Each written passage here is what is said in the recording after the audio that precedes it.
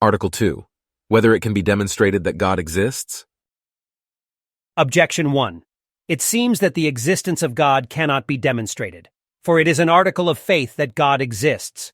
But what is of faith cannot be demonstrated, because a demonstration produces scientific knowledge, whereas faith is of the unseen, Hebrews 11:1. Therefore, it cannot be demonstrated that God exists.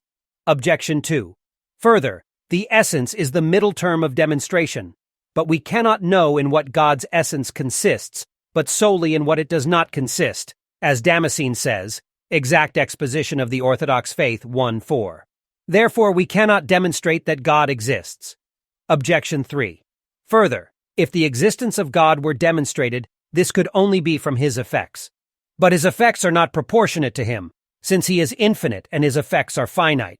And between the finite and infinite there is no proportion. Therefore, since a cause cannot be demonstrated by an effect not proportionate to it, it seems that the existence of God cannot be demonstrated. On the contrary, the Apostle says, "The invisible things of him are clearly seen, being understood by the things that are made." Romans 1:20. But this would not be unless the existence of God could be demonstrated through the things that are made. For the first thing we must know of anything is whether it exists. I answer that demonstration can be made in two ways. One is through the cause, and is called a priori, and this is to argue from what is prior absolutely. The other is through the effect, and is called a demonstration a posteriori.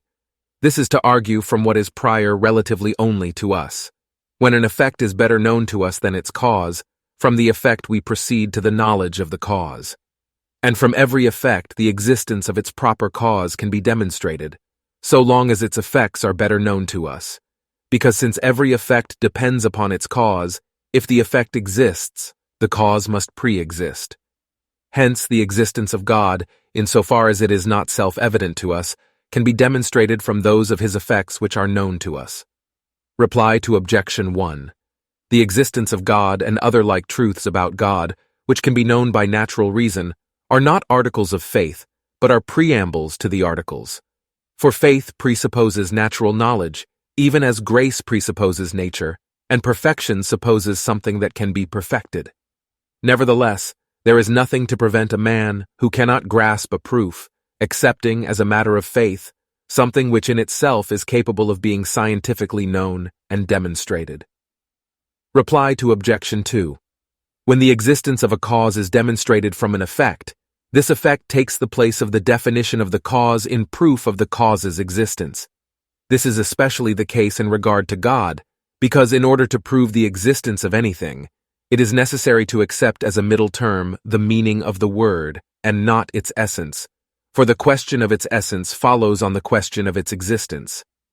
Now the names given to God are derived from his effects.